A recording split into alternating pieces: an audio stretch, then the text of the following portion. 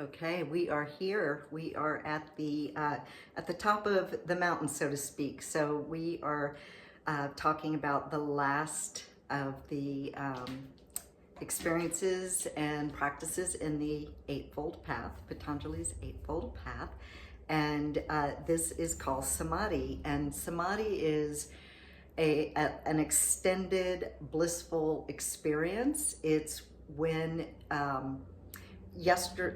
the previous video, we talked about having glimpses of being beyond time and space, and it's often referred to as being in the gap. So this is an extended gap. So it's when you really feel a divine connection. There is no separation in the subject-object split, like you the subject and the outer world. It's all unified in this state. And so, again, we can have sort of a goal for this, but don't worry if that's what you're not experiencing. I personally rarely, I don't have that experience that often, but it's there, and I have it more, in an awareness. So even that's good to have. So the Samadhi is that awareness that, that there is an interconnectedness to everything. And it's actually a blissful experience when there's just like a complete surrender. And when there's this complete surrender, but in the context of the practices that you're cultivating an atmosphere so that you can have that, then you can experience that. And it's really in this state that you're in that field of infinite. So we talked about planting seeds before you sit down and meditate, and so when you can really surrender this much, there is no attachment in this state. There can't be, because you're merged.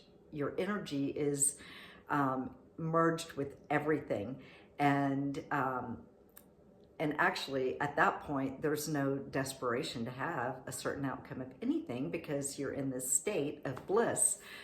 And in this state, when you are in complete surrender, no attachment, that is when coming out of that you would experience more synchronicities. You can in the other stages too, but that's when you are just in such alignment with not only the divine, but like your soul within all of that you can, through synchronicities, have your life unfold in a way that is much more in the flow. So again, the Samadhi is if and when you can actually experience the fullest surrender for an extended time. And actually too, what I've learned is in this time is when truly like miraculous healing can take place. It's just a time of complete connection to the divine source, and and then just actually when you're doing these practices, just a humble reverence for that divine connection, which can be pretty hard these days to really admit that we're connected to everything, because there's a lot of things we don't want to connect to. So that's when I think you have to be aware of different states of consciousness. So when we're running around in this world and encountering energies that we really don't want to mingle with, that's okay. Like, you can totally, the knowing is that it's really just the field that is underlying us all. But there are people who are completely disconnected and not doing great things, and so we don't have to be around them. It's just that in this unified state, it's like we all have a heartbeat, and that is the miracle that is connecting us all, is what the thing is that is causing all of us to have this pulse, this aliveness in our body, that we all are breathing in truly the same air, and that is an animating force within all of us. So this samadhi is creating the connection, or facilitating a connection with this divine source, that is, it's not judgmental, it's and it's a very creative place to be, and it's a very peaceful place to be. So everybody could use more peace, I think. So looking at this and connecting with that unified field, and acknowledging that it is where, there's no separation with you and your outer world. And just to, remember the context, that there's no separation, that there is a divine energy in all beings, and how we use it is what actually makes us human. So, we have more choice that I know of than any other living creature. And so we can make some really bad choices, or we can make some choices that are just not creating,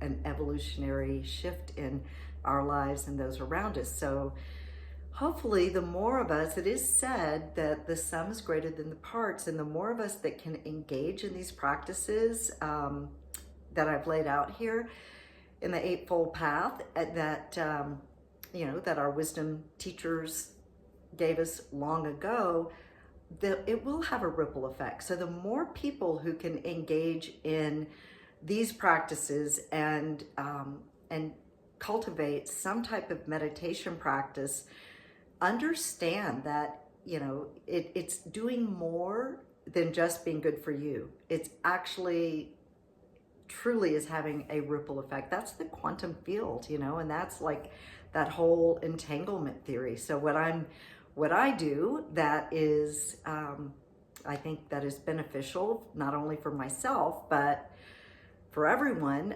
really does have an effect. And let's just hope that enough of us can align ourselves so that we can actually create that tipping point to where there is going to be a momentum of goods, morality, caring, love that can spread in the world, and let the hopefully let the evil embers die out, and the bright divine light get brighter and filled with love. So hope you enjoyed this, and happy meditating.